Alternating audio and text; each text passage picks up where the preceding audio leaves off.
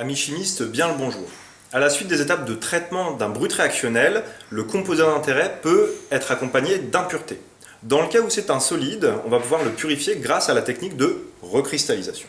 La technique de recristallisation est une technique de purification des solides qui repose sur la différence de solubilité mais aussi de concentration entre le composé d'intérêt et les impuretés dans le solvant de recristallisation. La solubilisation du composé d'intérêt s'effectue à chaud dans le minimum de solvant à l'aide d'un montage de chauffage à reflux.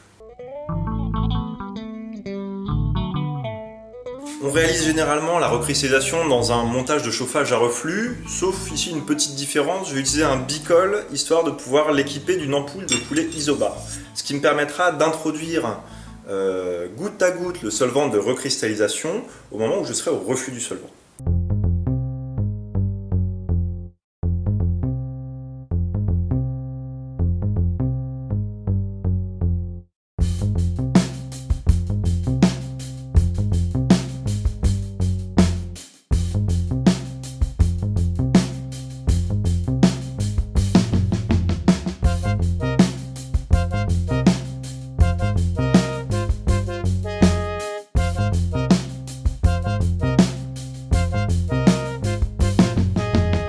Donc là, on arrive au stade où on va éteindre le système de chauffage et laisser revenir le plus doucement possible à température ambiante. Point très important, la cristallisation va s'effectuer au cours du refroidissement et la qualité de la cristallisation est d'autant meilleure que celle-ci est lente. Il faudra donc éviter de refroidir très vite le mélange, par exemple avec un bain de glace. Parce que si vous faites ça et que la cristallisation est trop rapide, il y a des impuretés qui vont être piégées à nouveau dans les cristaux et vous n'aurez pas des cristaux de très bonne qualité. On va attendre un retour à la température ambiante et après éventuellement on ira ajouter un bain de glace.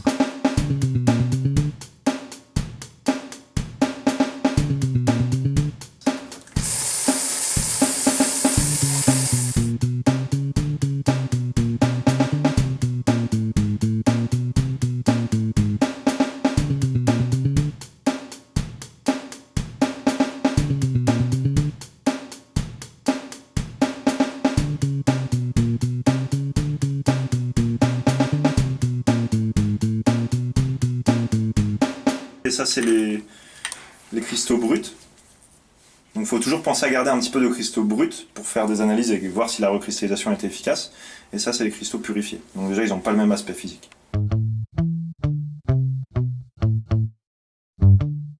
J'espère que maintenant cette technique de recristallisation ne présente plus de secret pour vous.